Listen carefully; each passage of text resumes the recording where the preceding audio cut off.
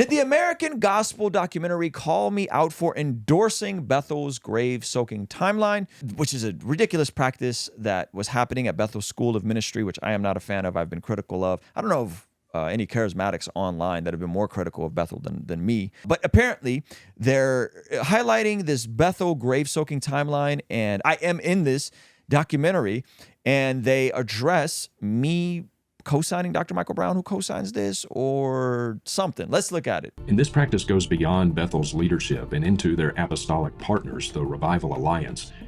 Apostles Georgian and Winnie Banoff of Global Celebration have admitted that they too have laid on the tomb of Smith Wigglesworth to, quote, soak the anointing. My wife has laid on the grave of your grandfather several times, along with many of us, soaking that anointing. When this stuff came out, Bethel denied that it was like anything they promoted or did. Gotcha. But then it looks like they have people who are some way pretty importantly connected to Bethel, acknowledging that they laid on this lady's grandfather's grave.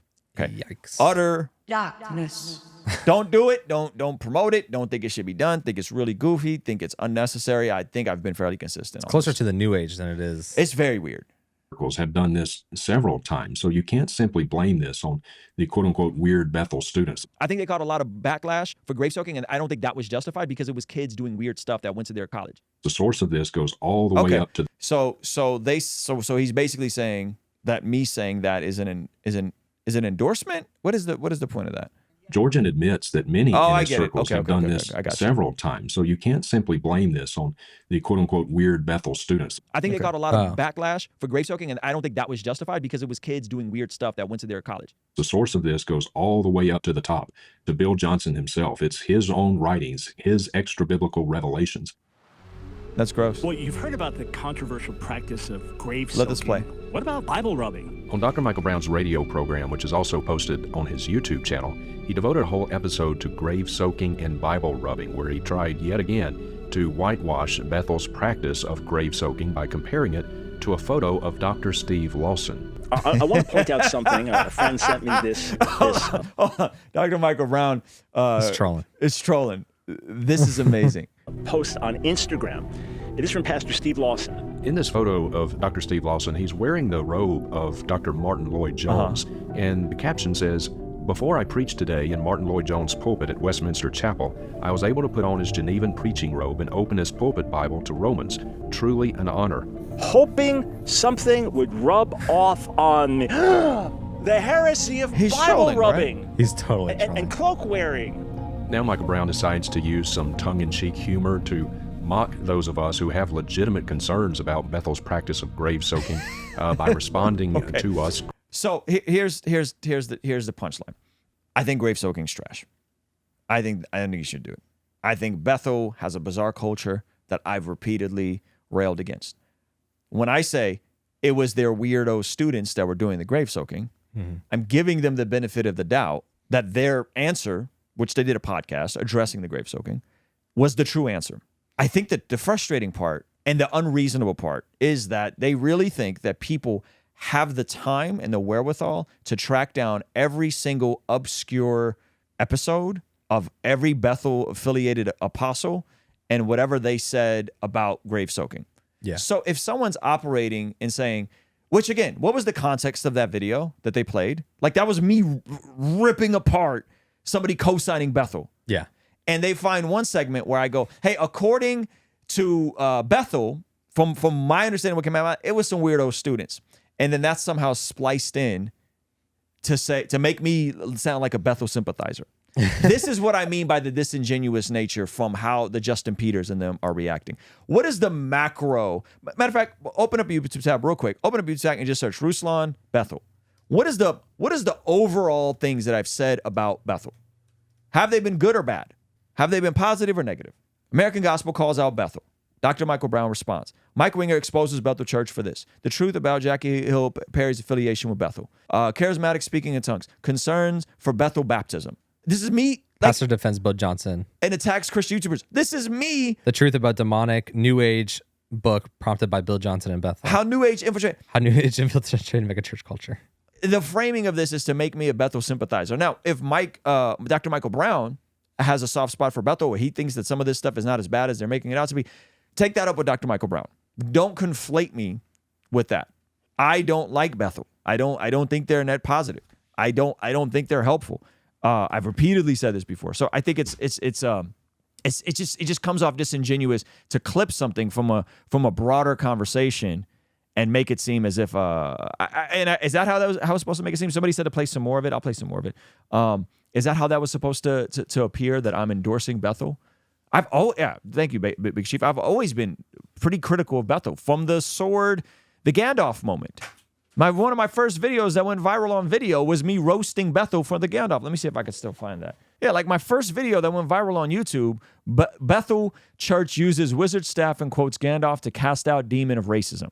This is 3 years ago. I haven't grown softer on Bethel. If anything, I've become harsher on Bethel with the whole physics of heaven nonsense, right? So yeah, I think that stuff is it doesn't come off in good faith. But I'll play some more of the clip. Critics by calling this the heresy of Bible rubbing. We've gone from the heresy of grave soaking to the heresy of Bible rubbing, putting his hand on a Bible and putting the garment on of this man of God. So Dr. Michael Brown is doing is he's attempting to be hyper literal in the sense that he is going to be he's attempting to do the same thing that he's claiming you guys are doing with this stuff, right? He's been deceased for decades, putting that on with the hope that something would rub off on him. Heresy! This is Brown's exaggerated portrayal of what he would call a heresy hunter. Why do we make such a fuss about it? Why do we get so worked up about this? Now, I don't think we should be downplaying how goofy grave soaking is. But at the same time, if you're putting on the cloak of a dead man and touching his Bible because you're hoping to rub off, I mean, that's also kind of, I personally wouldn't do that. That starts to feel very Catholic in the sense of not indulgences, the things that they would collect, relics, and like that does seem kind of weird. Like, I'm not doing that, but I think he's poking intentionally here. Dr. Michael Brown, you're the one that's all upset. You're the one that's telling everyone to calm down while you're kind of getting yourself worked up. Well, heresy! Calm down. I understand why people do these things. And if I was a heresy hunter, I'd go after Steve Lawson now. Nobody's talking about heresy here. I don't think we've used the word heresy specifically in regards to the grave soaking controversy. I have, however, referred to it as a demonic practice and a practice. We're not talking about heresy, but I have called it a demonic practice. Okay. That has its roots in the occult. Heresy! Everybody, storm his site. What is worse, to call it heresy or to call it the occult? I'm just calling it goofy and condemning that it should be done. I think it's bad. I think we should not do grave soaking. I don't think we should be putting on dead men's clothes and touching their Bible and hoping it rubs off either. Personally, I'm not doing either. And expose this terrible... Okay. I'm not worked up about this in the least. I get it. I understand what he's saying. And obviously tongue-in-cheek about something rubbing off on him.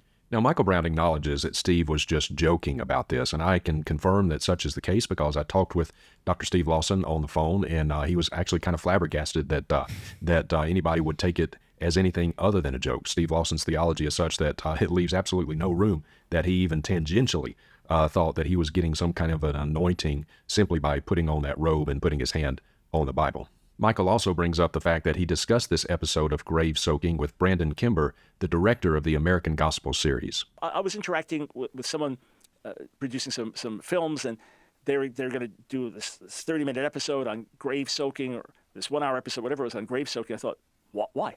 Dr. Brown also claims that Bethel leaders have rejected this practice based upon his interview with Bill Johnson. Leaders of Bethel have repudiated it. Leaders of Bethel, where some people practice it, say it. And that's my understanding. The leaders of Bethel have rejected it. The kids did it. That's kind of how it was framed. Okay. Well, apparently they got a clip of an interview with an apostle who said that they did it in a I guess a literal sense. It's wrong. Say it's unbiblical. And Dr. Brown was very opposed to wasting time on this issue since he views it as something that's just a fringe of a fringe practice. Why on earth would you put out a whole video about it, especially when it represents a fringe of a fringe of a fringe of a fringe of a fringe of a fringe of a fringe of practice? Michael then moves to the tactics of attacking and misrepresenting Brandon and other critics of grave soaking. And I also said to this individual, but hang on. The thing itself, you're blowing out of all proportion. He uses the same strawman tactics that Bill Johnson uses in addressing this issue. It's not some, I am going to commune with the dead. I am going to get revelation from the dead. No, it's just people with a misguided practice. We're not saying that grave soaking is communing with the dead or talking with the dead or receiving revelation from the dead. Grave soaking is about receiving an impartation of anointing from the dead. He's doing the thing that he's accusing us of doing. In my opinion, he's bearing false witness against our argument. He's making our argument something that it's not. No, it's just people with a misguided practice. This also isn't merely misguided. It's the sin of idolatry. But it's not It's the sin of idolatry. It's demonic. Oh, gosh. that markedly different from what Steve Lawson did, putting on the D. Martin Lloyd-Jones pulpit outfit, putting his hand on the pulpit Bible that he used, and saying maybe some of it would rub off on me. It is markedly different than what Steve Lawson did, and this is incredibly unfair of him. Now, he may believe this because he doesn't have the facts, because he never has time to actually look at the facts. He doesn't have time to look at the actual videos. He doesn't have time to study this in detail. He's communicating with the dead, the spirit. Yeah. Okay. So here's the thing, and I don't know how we can. I don't know how so many of the folks, they can call themselves discernment ministries. I don't know where the American gospel is going. I don't know how they have so much time to consume so much of this information. So when we say, I don't have time to chase down every single interview that Bethel has ever done regarding this conversation, even though I stand fairly clear on my condemnation of Bethel's goofy practice and the physics of heaven and the grave soaking, I don't understand how they have time to track all of this down and then expect everyone else to have time to track all of this down. And then as folks are out here doing other stuff, right? Like, what do I mean by other stuff? Like, oh, I don't know. Like Dr. Michael Brown's writing a gajillion books. He's doing a radio show. I'm writing a book. I have little children. I'm in a local church. I have real friends in my real life. We're releasing videos, live streaming. So I think that's the tough part is the expectation that we would know everything about everyone that is charismatic, is the expectation that we would watch all of your documentaries so that we would know everything about everyone who is charismatic. I'm losing some of this in translation. I don't know what their expectation of this is. Like I said, it was a fringe idea. He said it was a fringe idea. Okay, you found a clip of someone that is apparently one of the Bethel's apostles who I've never heard of that said he laid on someone's grave, and now this is positioned to say that this wasn't just fringe of a fringe idea. This is coming top down from Bethel, even though Bethel condemned it. Okay, so maybe Bethel's lying. Maybe Bethel is saying two different things. But it's still removing the context of what has been my overall position towards Bethel. It hasn't been a positive one. Dr. Michael Brown is different. He's more friendly with them. Me and him have talked about some of this stuff. I've specifically talked to him about things that Bill Johnson has said that I found problematic, right? And we've gone back and forth on some of this stuff. But it's the guilty by association fallacy, I think, where this is going to go. So anyway, they probably have researching teams that they can pay. I mean, they have a lot of more resource than any of you. There's a lot of combined money within the Reform community. I don't know what they have or don't have, and I don't want to assume what they have and don't have. I just think the whole thing is pretty wild and unnecessary. But hey, like, God bless those guys, man. If that's what they want to do and that's how they want to spend their resources, then cool. Like I think you can really get caught up in like the back and forth, and I don't want to get caught up in this stuff because then what's the end goal? Like what really is the end goal? Like where are we trying to land when this is all said and done? We see according to the Bible that prayer is extremely important in terms of us being transformed from the inside out when we get aligned with God's will. For the Christians watching this channel, I want you guys to implement these spiritual disciplines in your day-to-day life. And the only way I've been able to do this consistently is through writing down my prayers in a prayer journal that does a few things. One, it allows me to reflect and come to God humbly and ask Him to move on my behalf. And two, it allows me to document my prayers, which ultimately help me remember the very things that I was praying for and see the hand of God tangibly in my life when He answers them. So I would urge you, consider writing down your prayers.